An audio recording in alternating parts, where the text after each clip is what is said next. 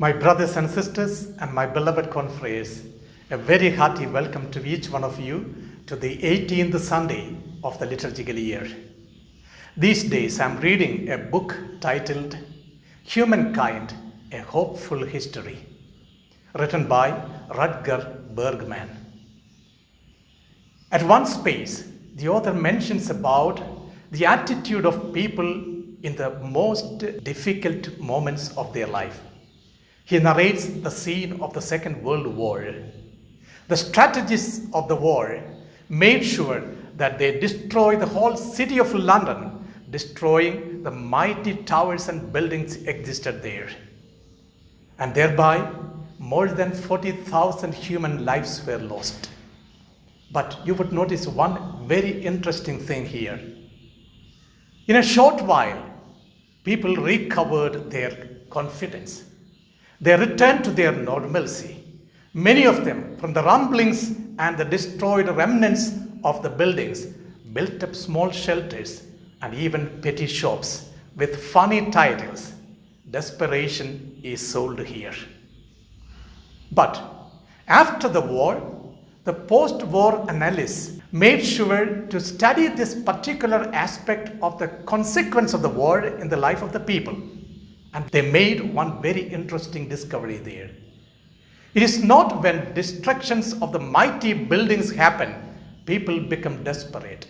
The only time when you can make a person desperate is when you destroy the house in which he or she lives. When I lose my house, my home, I become desperate. I can withstand even the struggles and pains of losing my relatives and friends, losing all my belongings. I'm confident to recover many things in life back, but not when that shelter, which was my dream home, is lost for me. I believe this is something very true about each one of us. When I am affected in the core of my being, I begin to become desperate. This is where I see Jesus, a true philosopher, someone who makes us to think not only about the day in which we are living, but about a future, an eternity that is being prepared for us in the course of our life. If you go through the past two Sundays passages, we see how cleverly and strategically Jesus is preparing his disciples to look towards this dream home, a future and the eternity that is awaiting them. 2 weeks back, we listened to that particular passage from the Gospel where the disciples are sent for the apostolic ministries, and as they return jubilantly, the Lord tells them, come away to a lonely place and have some rest.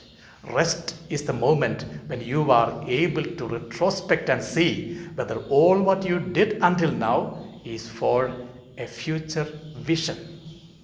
Secondly, we see last Sunday, Jesus multiplying the loaves and the fish and providing food for more than 5,000 people. All of them were satisfied eating the food. But soon after that, Jesus returned from that place. That's where the discourse of today, which Jesus is making with the people who are coming to meet him, is a preparation for that final dream home, the Holy Eucharist, about which he would be communicating to them in the course of time. We see in the Gospel of John today an interlude, a stopover from the last scenario and a movement which is predicted to the next scenario. Here in this interlude, Jesus is challenging the people. After the multiplication of the loaves, Jesus goes to the other side of the sea, Capernaum. And people were looking for him at the shore of Tiberias. And when they did not find him, see the urgency and the euphoria with which they go after him, taking boats and rowing to the other side of the sea. And when they saw him, Master, when did you come here? Was the first question that they raised. But the answer of Jesus was very blunt. You came in search of me, not because you have a vision for the future, but because you wanted to have your stomach filled. Is it not a challenge for all of us? People ran after miracles. Miracles, in fact, are the words of God, and they do happen even in our time. In a lighter manner, we would even say miracles are meant for children.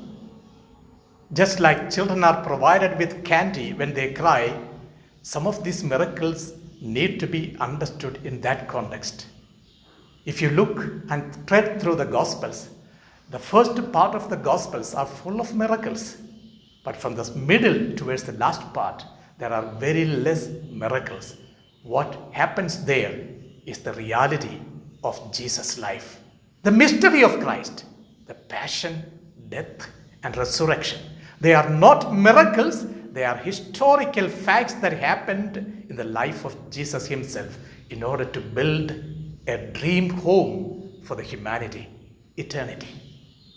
That's where we need to have some clarity from the first reading today, how the people of Israel had been so stubborn in their attitude that they were not able to understand the plan of God in their lives. They who were brought out of the slavery from Egypt and are now towards the promised land traveling, question Moses and Joshua of their commitment to them. Why did you bring us out of the land of Egypt to kill us in this wilderness? We do not have anything to eat, they say. Yes, my brothers and sisters, the immediate needs were the concern of the people of Israel. They never could think in terms of the promised land, which is flowing with milk and honey. And that's where we see the second reading, complementing the first reading, tells each one of us, put off your old nature, the old and former manner of your life, which is deceitful, lusty, and corrupt.